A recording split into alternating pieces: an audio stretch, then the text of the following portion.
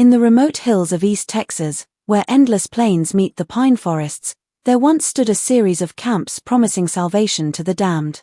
From 1845 to 1881, over 300 souls entered these redemption camps, seeking forgiveness for their sins.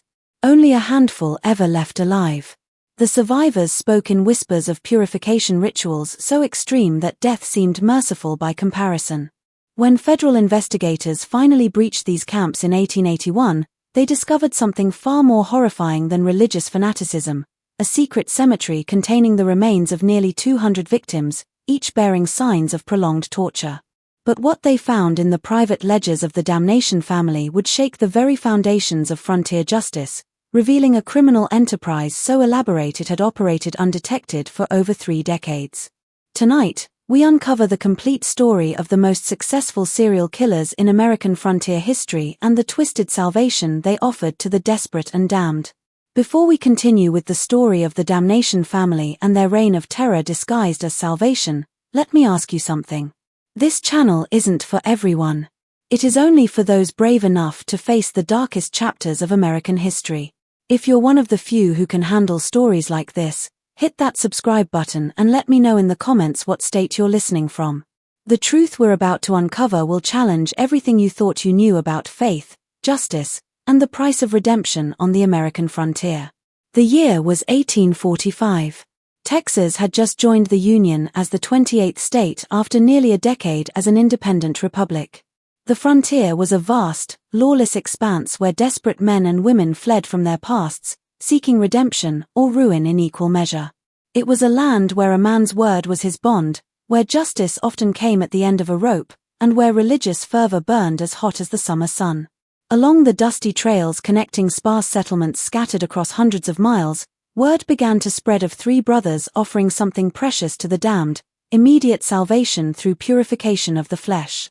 The Damnation family, preacher Malachi, evangelist Cornelius, and prophet Jebediah had arrived in Texas from Arkansas in early 1845, carrying letters of recommendation from various Baptist and Methodist congregations throughout the South. Preacher Malachi Damnation stood 6 feet tall with penetrating gray eyes that seemed to look straight into a man's soul. His black hair was always perfectly groomed, and his voice possessed an otherworldly quality that could make hardened killers weep like children. At 35, he was the eldest and most charismatic of the 3 brothers, capable of delivering sermons that left audiences both terrified and exhilarated. Evangelist Cornelius, 2 years younger, possessed an uncanny ability to read the guilt written on a person's face. He could identify a man's specific sins with such accuracy that many believed he had supernatural powers. His thin frame and hollow cheeks gave him an ascetic appearance that reinforced his reputation for spiritual insight. Cornelius specialized in what the brothers called confession extraction, getting sinners to reveal their darkest secrets. The youngest brother, prophet Jebediah, claimed to receive visions directly from the Almighty. At 28, he was built like a blacksmith with massive hands he claimed were blessed with healing powers. His role was to oversee the physical aspects of purification, ensuring that each penitent received exactly the level of suffering their sins demanded. Together, they established a network of redemption camps along the most desolate stretches of East Texas, where the cypress swamps met the piney woods, and civilization felt like a distant memory. The camps appeared modest from the outside, canvas tents arranged in perfect circles around rough wooden crosses with a central fire pit where the brothers would preach to gatherings of desperate souls. The clientele was exactly what one would expect on the frontier: cowboys fleeing rustling charges, prostitutes seeking escape from brutal brothel owners, gamblers drowning in insurmountable debt, murderers running from vigilante justice, and deserters from both the Mexican War and various Indian conflicts. But the camps also attracted a surprising number of seemingly respectable citizens, merchants guilty of fraud, politicians fleeing corruption scandals, and even some legitimate seekers of spiritual guidance who had heard of the brothers' reputation for miraculous transformations. The Damnation brothers preached a harsh gospel of immediate purification that resonated with the violent, unforgiving nature of frontier life. Sin must be burned away like chaff in the fire, Malachi would thunder, his voice echoing through the pines as flames danced across his angular face. The flesh must suffer so the spirit can soar to eternal glory. There are no shortcuts to salvation, only the narrow path of pain that leads to paradise. Their reputation for producing miraculous transformations spread throughout Texas and into neighboring states. According to testimonials appearing regularly in frontier newspapers, men entered the camps as hardened sinners and emerged as new creations, gentle as lambs, pure as mountain snow, ready to spread the gospel to the furthest corners of the earth. It was on a sweltering August night in 1847 that the first disturbing reports began to surface, though few paid attention at the time. A cattle driver named Samuel Hartwell stumbled into the town of Marshall, Texas, barely alive and speaking in terrified whispers about what he had witnessed at a redemption camp near the mysterious waters of Caddo Lake. Hartwell's appearance was shocking to those who had known him before his spiritual journey. Once a robust man in his 30s, he now appeared gaunt and prematurely aged, his hair having turned completely white. His hands shook uncontrollably, and he would flinch violently at unexpected sounds. Most disturbing were his eyes. Once bright blue, they now held a hollow, haunted quality suggesting he had seen things no man should witness. His story was fragmented, told between fits of trembling and moments of catatonic silence that could last for hours. According to the local pastor who took him in, Hartwell would wake each night screaming about the pit of purification and the screaming that never stopped. During his more lucid moments, he spoke of arriving at the camp seeking forgiveness for killing a man in a saloon fight over a disputed card game. "They said the pain would cleanse my soul," Hartwell whispered to Pastor William Matthews, his voice barely audible even in the silence of the church. "Brother Malachi looked into my eyes and told me exactly what I had done. Not just the killing, but things I'd never told another living soul. He knew about the money I'd stolen from my mother before leaving Arkansas. He knew about the woman I'd left pregnant in New Orleans. He knew everything." According to Hartwell's account, the purification process began immediately upon arrival at the camp. New penitents were stripped of all possessions, including their clothes, and given rough burlap robes to wear. They were then required to confess not only the sin that had brought them to the camp but every transgression they had ever committed, no matter how minor. "Brother Cornelius would sit across from you with this ledger," Hartwell recalled, his voice taking on a monotone quality, as if reciting from memory. "He'd write down everything you said, and if he suspected you were holding something back, Brother Jebediah would use his gifts to help you remember. Those hands of his, they could cause pain you couldn't imagine." The confession process could take days or even weeks depending on the perceived honesty of the penitent. Only when the brothers were satisfied that every sin had been revealed would the physical purification begin. This started with a complete fast, 7 days with nothing but water, during which the penitent was forced to dig their own grave as a symbol of their spiritual death. The hunger was nothing compared to what came next, Hartwell continued, his entire body beginning to shake as he recalled the memories. "They called it the trial of fire. Beatings with leather whips that had metal fragments sewn into them. Each lash was supposed to represent a specific sin being scourged from your flesh, but it went on for hours, sometimes days. But the physical torture was only the beginning." Hartwell described ritualistic burials where penitents were placed in the graves they had dug and covered with dirt, leaving only their faces exposed. They would remain buried for varying lengths of time, sometimes minutes, sometimes hours, while the brothers prayed over them and declared their spiritual death complete. "Some of them never came back up," Hartwell whispered, his eyes wide with remembered terror. "Brother Malachi would stand over the graves and declare them perfectly purified. Said they'd been called home to glory. But I saw their faces when they went under. There was no peace, only absolute terror." The most horrifying aspect of Hartwell's account was his description of those who didn't survive the purification process. According to him, the brothers maintained that death during purification was the ultimate blessing, proof that the individual had achieved such complete spiritual cleansing that God had called them directly to paradise. "They had a special ceremony for the ones who died," Hartwell recalled. "Brother Malachi would read from the Bible while Brother Jebediah covered the grave, and then they'd plant a wooden cross and add the person's name to what they called the roll of the redeemed. They said these souls were the lucky ones. They'd skipped purgatory entirely." Local authorities in Marshall initially dismissed Hartwell's story as the ravings of a man broken by guilt and frontier madness. After all, no one had come forward to report missing persons, and the Damnation brothers had impeccable credentials. They carried letters of recommendation from churches throughout Arkansas, Louisiana, and Mississippi, along with testimonials from grateful families whose loved ones had been transformed by their ministry. Sheriff Tom Bradley, a practical man who had seen his share of frontier violence, was particularly skeptical. "The frontier is full of men running from something," he told Pastor Matthews. "Sounds to me like Hartwell got religion the hard way and his mind snapped under the strain.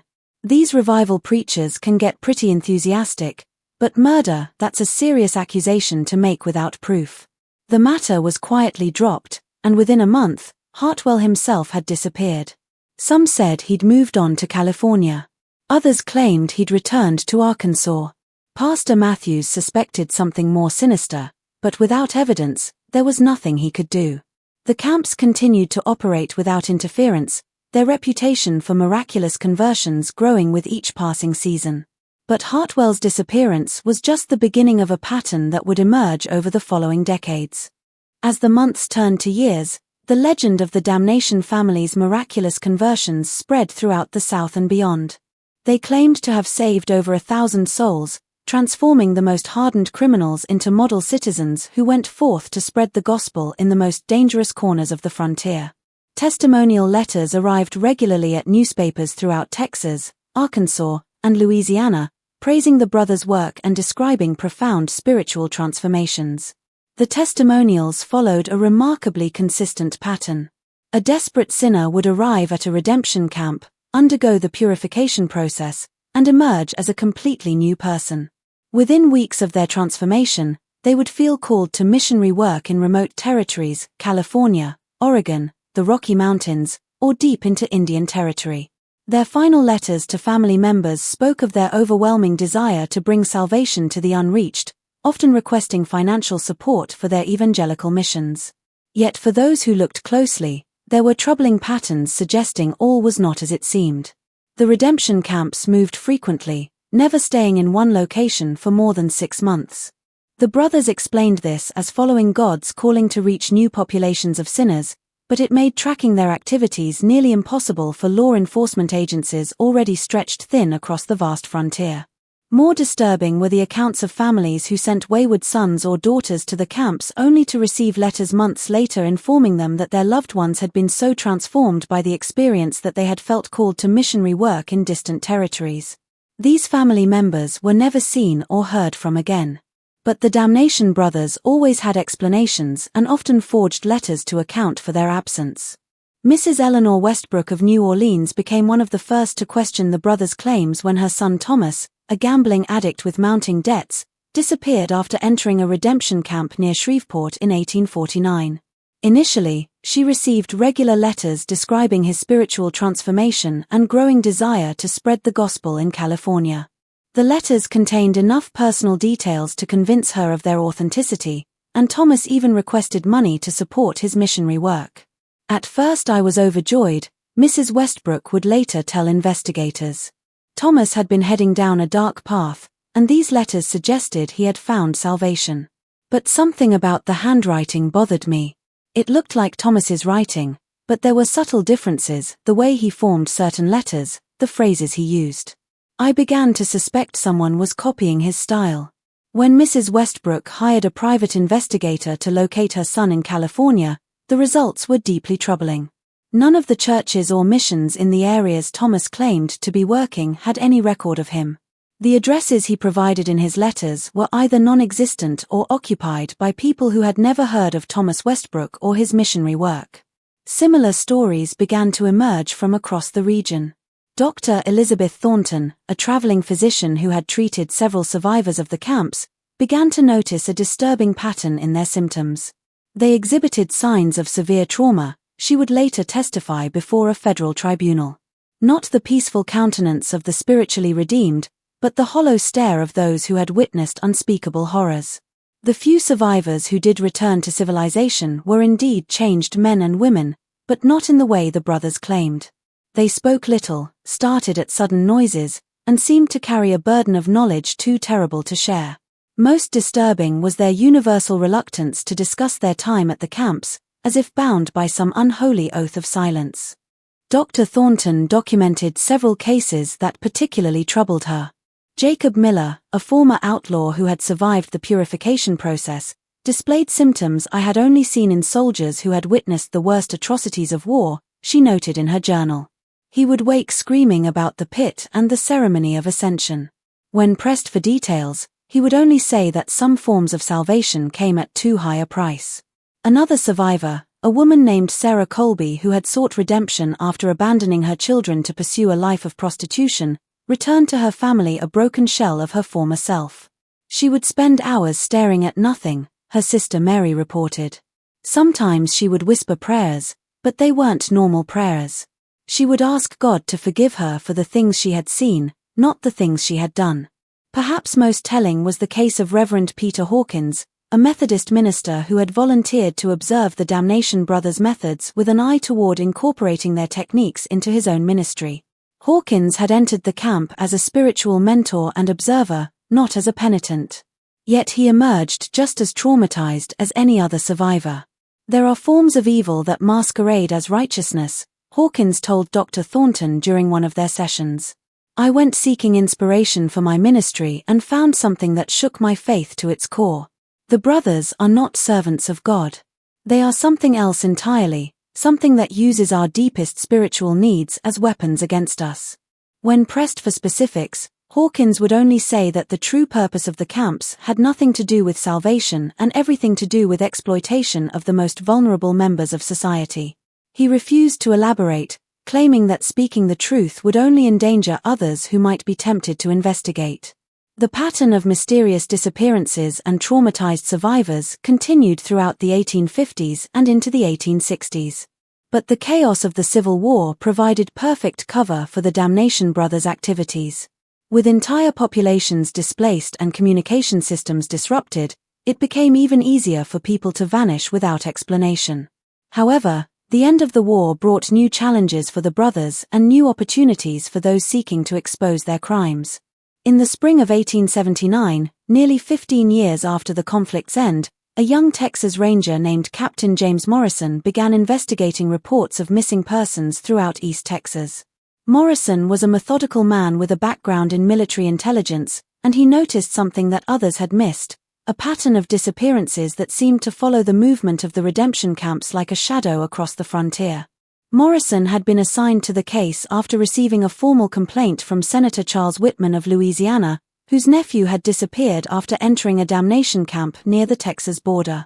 Unlike previous investigations conducted by local sheriffs with limited resources and jurisdiction, Morrison had the authority and funding to conduct a comprehensive multi-state investigation. "There's something here that doesn't add up," Morrison wrote in his initial report to Ranger headquarters in Austin. "I've documented over 60 missing persons cases in the past 3 years alone, all connected to these redemption camps. That's not counting the cases from earlier years, or other states where records are incomplete." Morrison's investigation led him to interview dozens of families who had lost contact with relatives after they entered the camps. The stories were remarkably similar. Loved ones would seek redemption at a damnation camp, correspondence would continue for several weeks describing their spiritual transformation, then abruptly cease with a final letter explaining their calling to missionary work in remote locations. The ranger's suspicions deepened when he attempted to verify these missionary claims. Letters sent to the addresses provided were invariably returned as undeliverable. Churches and missions in the territories where the converts had allegedly gone to serve had no record of their arrival. Most damning, Morrison discovered that several of the testimonial letters supposedly written by grateful families contained identical phrases and even identical grammatical errors. "Someone is manufacturing these testimonials," Morrison concluded in a confidential memo to his superior. "The question is whether we're dealing with fraud, kidnapping, or something worse." Morrison's breakthrough came when he encountered a man named Tobias Fletcher in a tavern in Jefferson, Texas. Fletcher was drunk and rambling, but his story was coherent enough to send chills down Morrison's spine. Fletcher claimed to have worked as a gravedigger and general laborer for the Damnation brothers for nearly 2 years in the mid-1870s. "I thought I was helping with the Lord's work," Fletcher whispered, his hands shaking as he reached for his bottle. "Brother Malachi told me I was blessed to assist in the purification of souls, but some of those graves weren't for show. Some stayed filled permanent. He'd pray over them and declare another soul saved for eternity. But I knew what was really buried down there. According to Fletcher, his duties included not only digging the symbolic graves used in purification rituals but also disposing of the bodies of those who ascended during purification.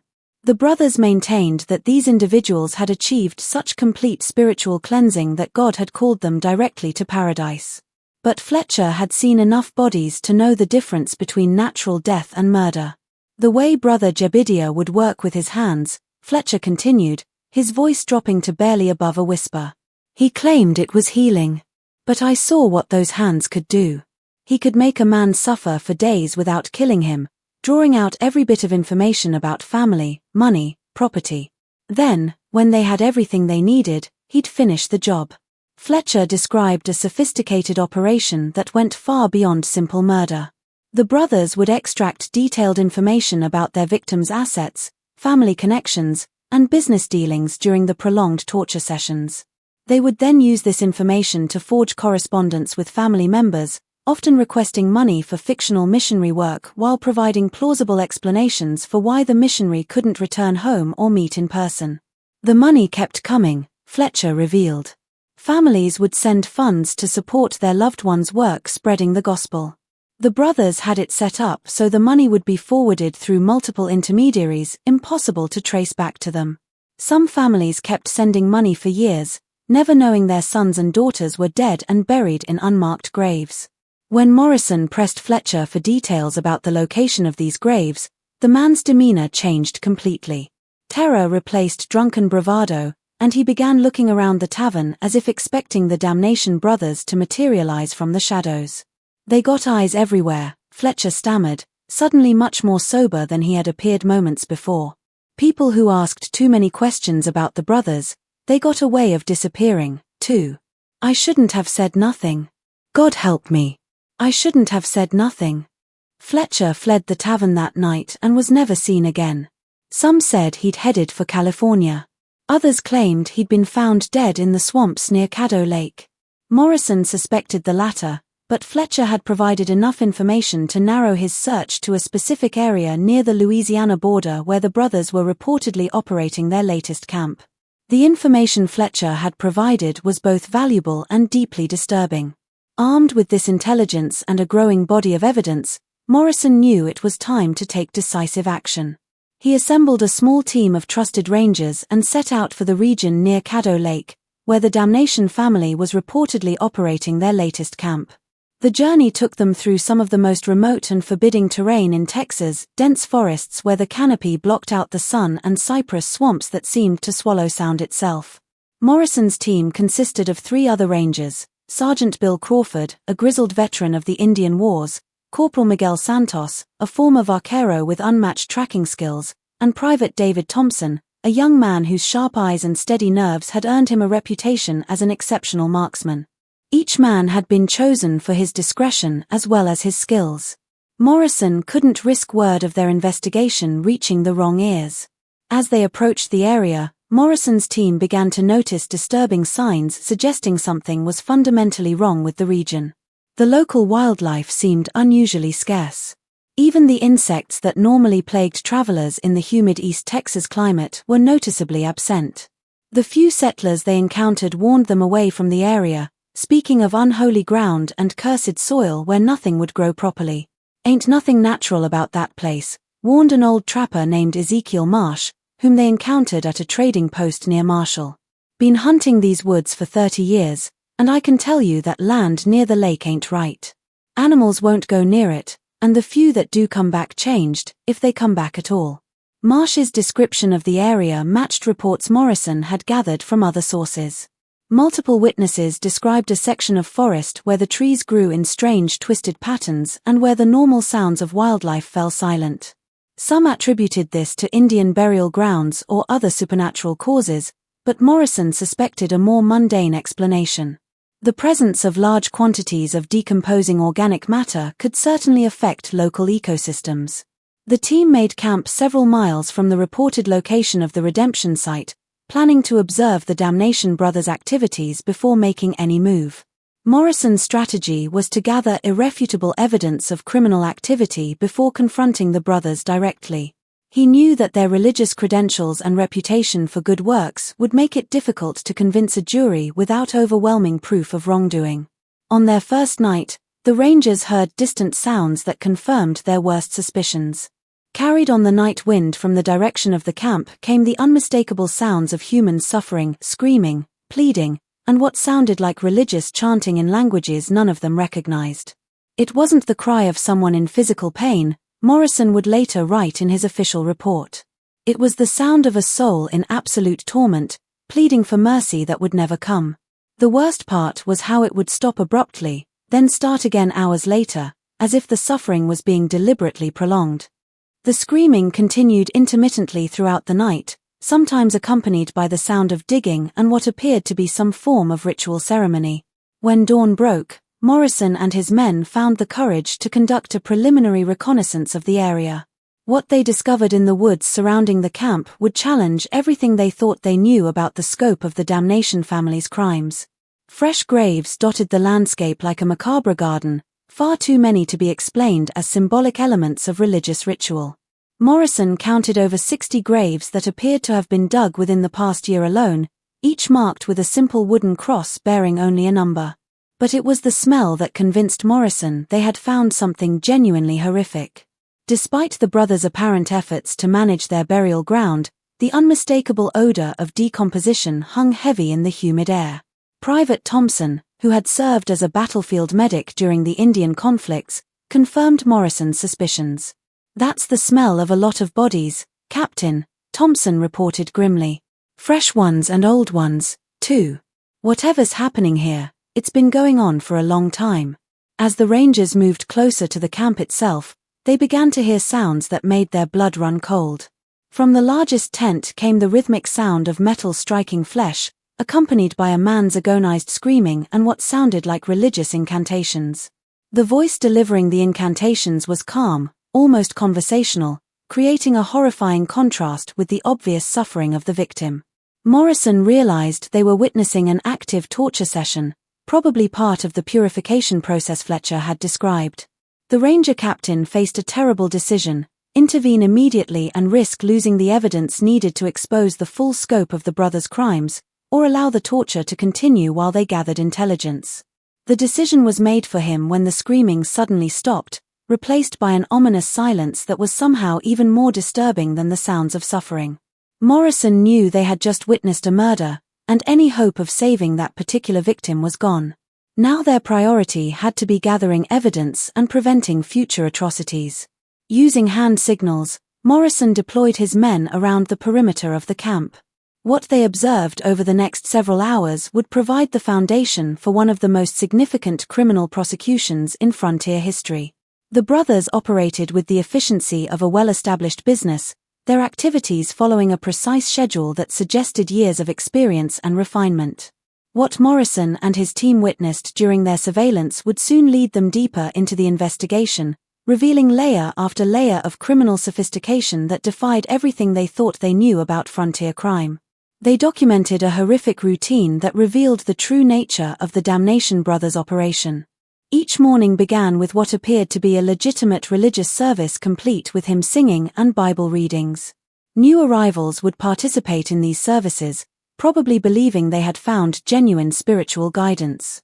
But as the day progressed, the facade of religious devotion would gradually give way to something far more sinister. Individual counseling sessions would begin, during which Brother Cornelius would extract detailed confessions from the penitents.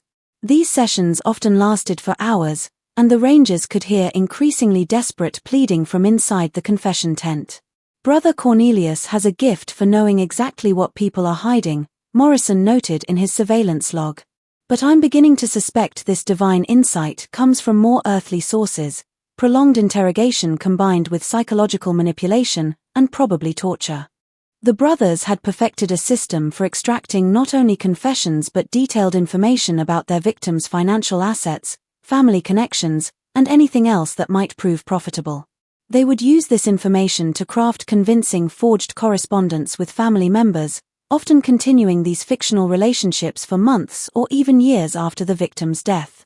Private Thompson, who had positioned himself closest to the camp, reported observing Brother Jebediah's healing sessions, which were actually torture sessions designed to break down the victim's resistance. "He's got a collection of tools that would make a Spanish inquisitor proud," Thompson whispered during one of their nightly briefings. "And he knows exactly how to use them to cause maximum pain without killing too quickly." The most disturbing aspect of the brothers' operation was its systematic nature. They had clearly developed their methods over many years, refining their techniques for extracting information, forging documents, and disposing of bodies. The camp Morrison's team was observing was obviously not their first. It showed all the signs of a well-established operation that had been repeated many times in many locations. On the second night of their surveillance, the Rangers witnessed what the brothers called a ceremony of ascension, their euphemism for murder. A penitent who had apparently undergone several days of torture was brought to the center of the camp, where Brother Malachi delivered a lengthy sermon about the blessing of spiritual purification. The victim, barely conscious and showing obvious signs of prolonged abuse, was then ceremonially released from earthly bonds by Brother Jebediah. "They're not killing in a fit of religious madness," Morrison wrote in his report. "This is cold, calculated murder performed with the precision of a business transaction. The religious elements are just window dressing designed to provide psychological cover for the perpetrators and explain away the victim's disappearance." The ceremony concluded with the victim being buried in one of the numbered graves. Brother Malachi recorded the ascension in a leather-bound ledger. The Rangers realized they were witnessing the final step in a process that had probably been repeated hundreds of times over the past 3 decades. But Morrison's team also discovered evidence that the brothers' crimes extended far beyond simple murder for profit. Hidden in the woods surrounding the camp, they found what appeared to be a workshop where documents were forged and other criminal activities planned. The brothers had clearly been involved in everything from counterfeiting currency to fraud schemes that spanned multiple states. "We're not just dealing with serial killers," Morrison concluded after reviewing the evidence. "We're looking at one of the most sophisticated criminal enterprises in American history. These men have been using religion as a cover for every type of crime imaginable, and they've been doing it for decades." On their third day of surveillance, Morrison's team witnessed something that forced them to abandon their observation post and take immediate action. A family of 4 parents and 2 young children arrived at the camp seeking family purification for what appeared to be relatively minor moral infractions. The sight of children being led into the camp made it impossible for Morrison to wait any longer for backup or additional evidence. "I couldn't stand by and watch children become victims of these monsters," Morrison later explained to his superiors. "We had enough evidence to prove their guilt, and we had a duty to protect innocent life." Morrison's plan was to arrest the brothers during their evening service when all 3 would be together and relatively exposed. However, the Rangers quickly discovered that the Damnation family was far more dangerous than they had anticipated. The brothers had obviously planned for the possibility of law enforcement intervention and had prepared accordingly. When Morrison's team moved in to make the arrests, they found themselves facing not only the 3 brothers but also several heavily armed accomplices who had been posing as camp workers. What followed was a gunfight that lasted nearly an hour and left 2 of the accomplices dead and Sergeant Crawford wounded. During the battle, the Rangers were horrified to discover that some of the camp's penitents had been so thoroughly broken by their torture that they actually tried to defend their tormentors. These victims, apparently suffering from what would later be recognized as a form of psychological conditioning, believed that attacking the brothers would result in their own damnation, Private Thompson reported. "Some of them actually threw themselves between us and the brothers, convinced that we were agents of Satan trying to prevent their purification. It was the most disturbing thing I've ever witnessed." The brothers themselves proved to be formidable opponents. Brother Malachi was an excellent marksman who had obviously seen combat before, while Brother Jebediah's massive size and strength made him dangerous even without weapons. Brother Cornelius, though physically less imposing, demonstrated an uncanny ability to manipulate people even in the midst of combat, using psychological tactics to confuse and demoralize the Rangers. The turning point came when Morrison managed to reach the tent where the brothers kept their records. Inside he found not only detailed accounts of their crimes but also evidence of their true identities. The Damnation name was an alias. The brothers were actually the Blackwood family, wanted for murder and fraud in Arkansas, Louisiana, and Mississippi. Everything about them was a lie, Morrison discovered. Their names, their religious credentials, their testimonials, all carefully crafted fiction designed to provide cover for their criminal activities. They weren't misguided religious fanatics. They were career criminals who had found the perfect disguise. With their true identities exposed and their records in the hands of law enforcement, the brothers' resistance began to crumble. One by one, they were taken into custody, though not before Brother Cornelius made a final attempt to escape by taking one of the child victims as a hostage. The standoff that followed revealed the true depth of the brothers' depravity. When Morrison attempted to negotiate for the child's release, Brother Cornelius calmly explained that the child had already been marked for purification and that killing him would actually be an act of mercy. "You don't understand the service we provide," Brother Cornelius told Morrison with chilling calm. "These people come to us broken, sinful, worthless. We give their lives meaning by allowing them to participate in something greater than themselves.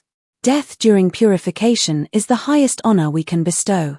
It was Private Thompson who ended the standoff with a perfectly placed shot that wounded Brother Cornelius without harming the child. The remaining accomplices surrendered immediately, apparently recognizing that their cause was lost.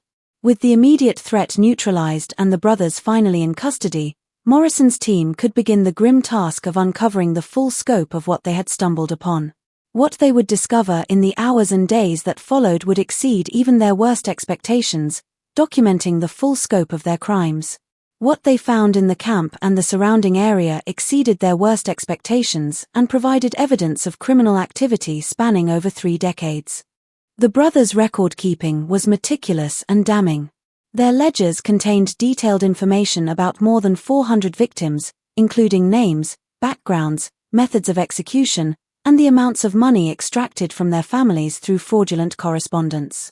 The records showed that the brothers had been operating since at least 1843, 2 years before their arrival in Texas. They kept records like it was a business, Morrison reported. Each victim was assigned a number, and they tracked everything. How much money was stolen? What information was extracted? Even which torture methods were most effective for different types of people? It's the most coldly methodical approach to murder I've ever encountered. The physical evidence was equally horrifying. Excavation of the numbered graves revealed the remains of nearly 200 individuals, most showing signs of prolonged torture before death.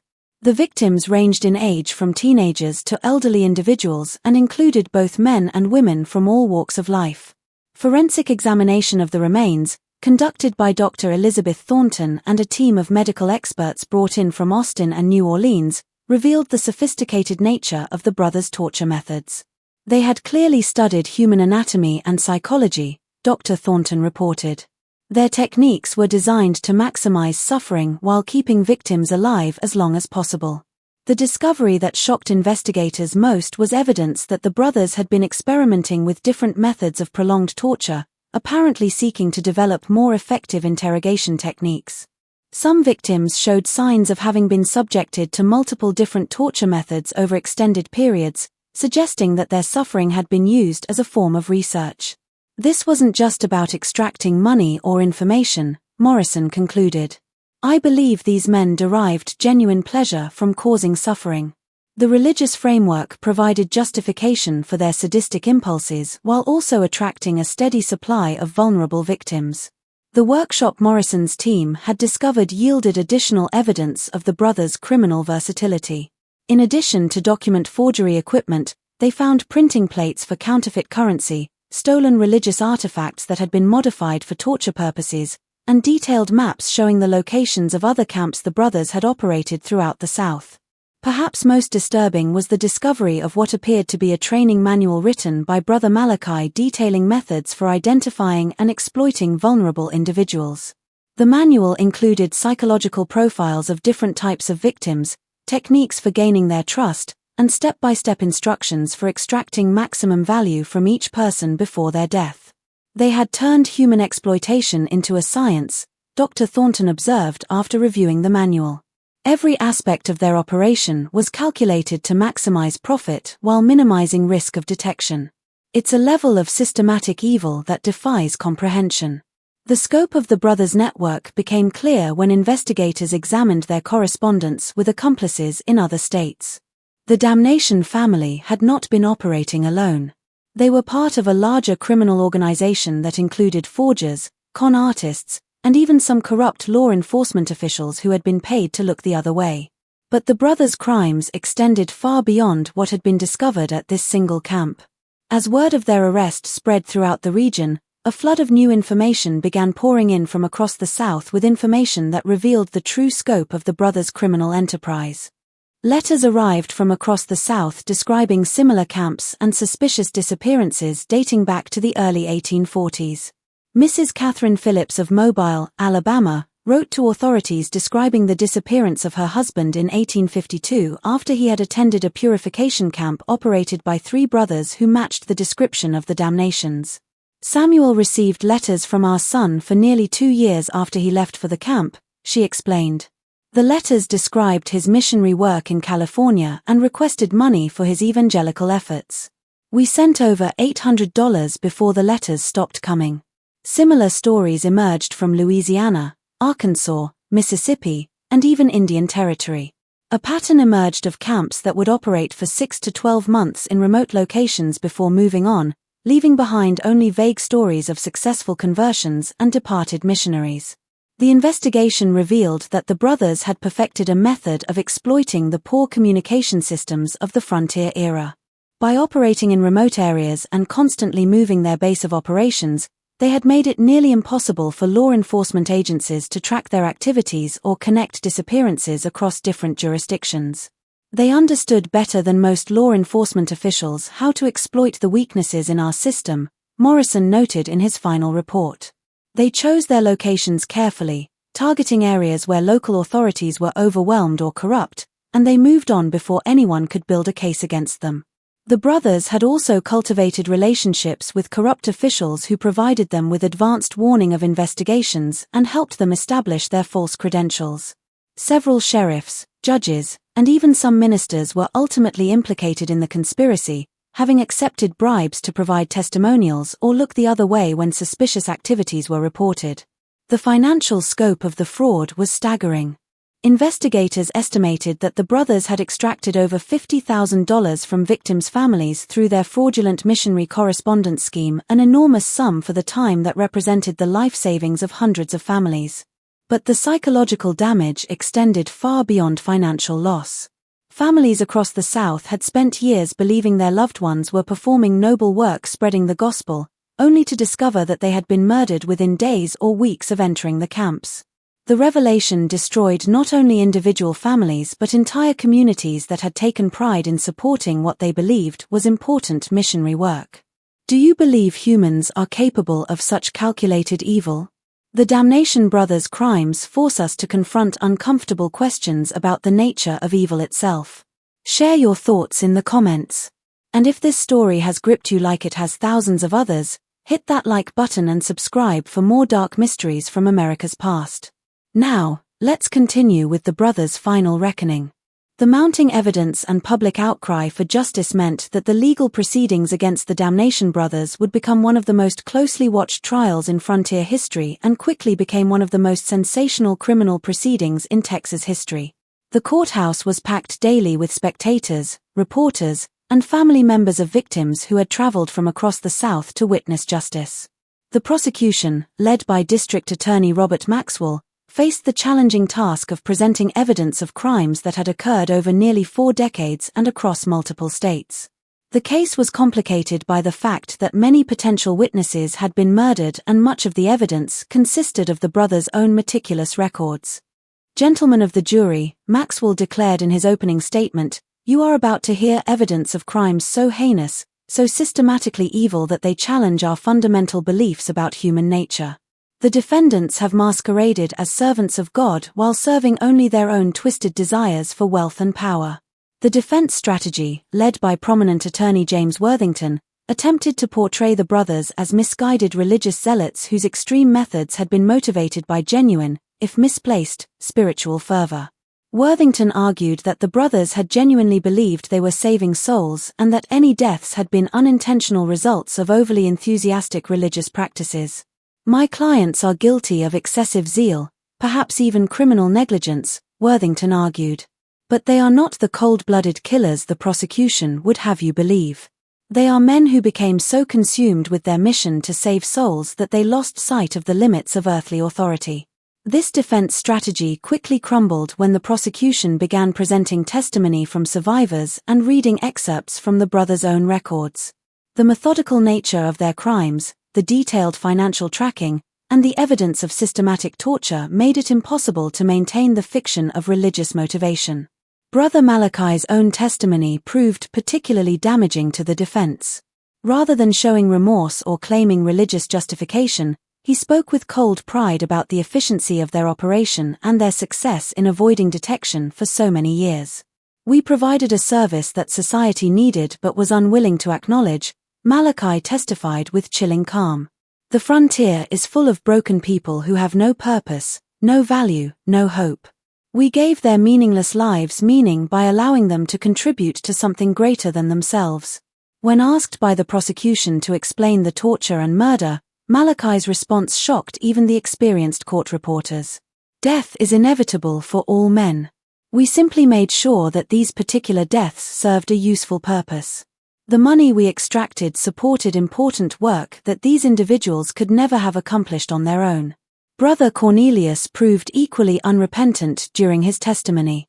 He described in detail his methods for extracting confessions and financial information, speaking as if he were explaining a successful business model rather than confessing to torture and murder.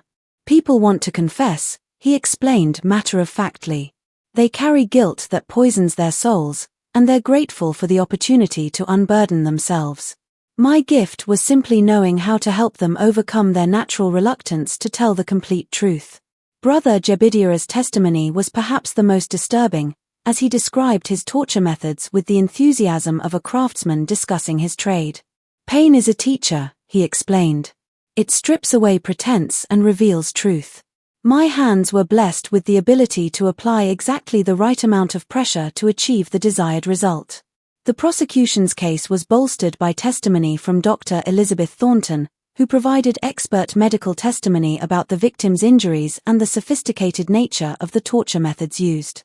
"These men had clearly studied human anatomy and psychology," she testified. "Their methods were designed to maximize suffering while keeping victims alive as long as possible. The work of experts, not religious fanatics." The most powerful testimony came from the handful of survivors who had lived through the brothers' purification process. These witnesses provided first-hand accounts of the torture, psychological manipulation, and systematic murder they had witnessed during their time in the camps. Samuel Hartwell, the cattle driver whose 1847 testimony had first raised suspicions about the camps, was brought back to testify despite his obvious psychological trauma. His description of the purification process provided the jury with a detailed understanding of how the brothers operated. "They didn't just want to kill us," Hartwell testified, his voice barely audible in the packed courtroom. "They wanted to break us completely first, body, mind, and spirit. The torture wasn't just about extracting information. They enjoyed watching us suffer." Other survivors corroborated Hartwell's account and provided additional details about the brothers' methods. Rebecca Marsh, a former prostitute who had survived 3 weeks in a camp, described how the brothers used psychological manipulation to break down their victims' resistance. "They would tell you that your suffering was necessary for your salvation," she testified. "They made you feel grateful for the torture, convinced you that you deserved it.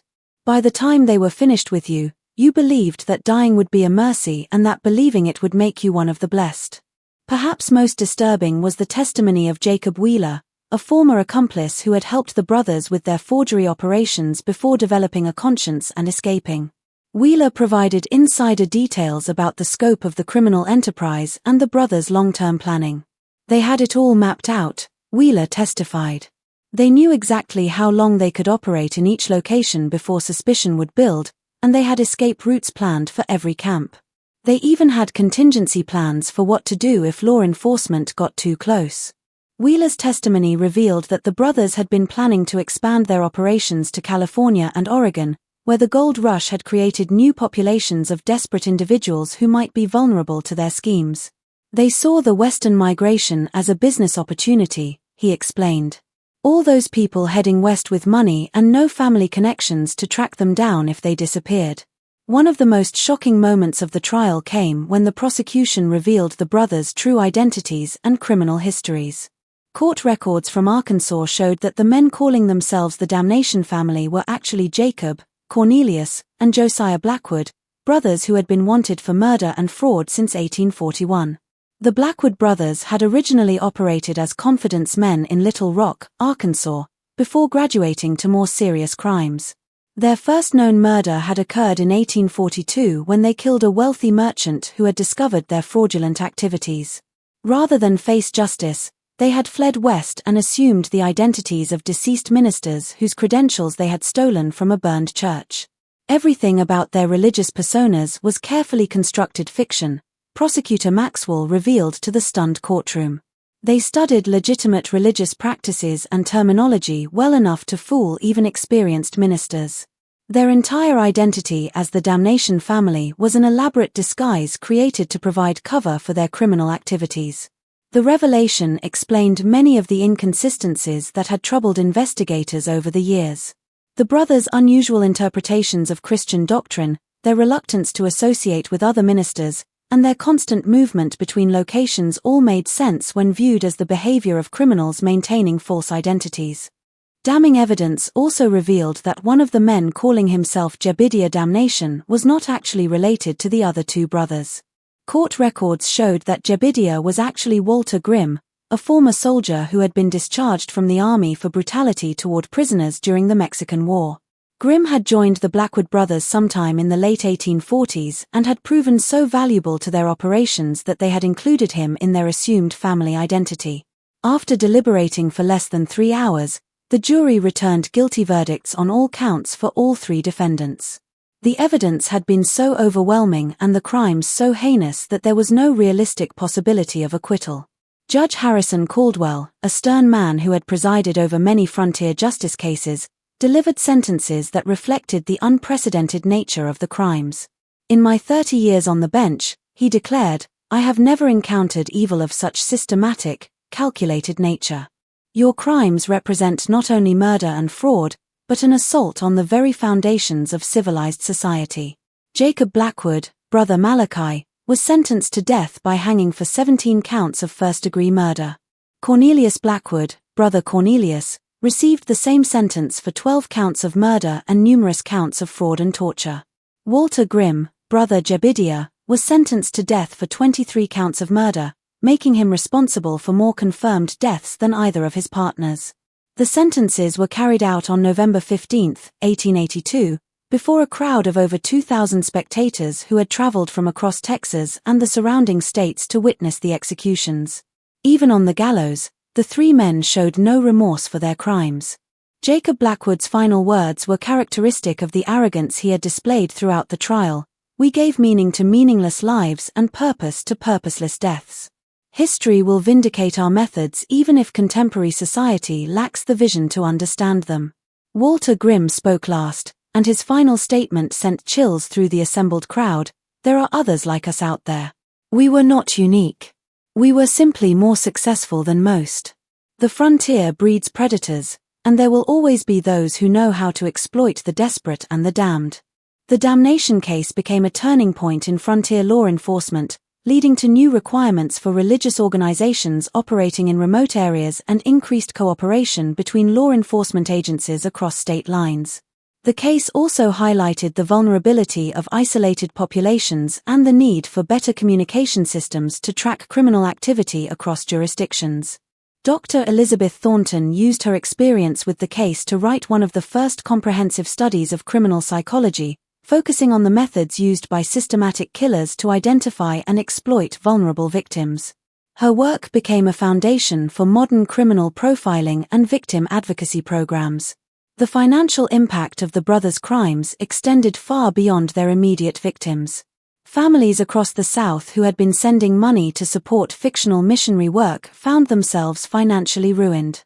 Several communities that had taken pride in supporting what they believed was important evangelical work were left devastated by the revelation that their contributions had been funding murder and torture.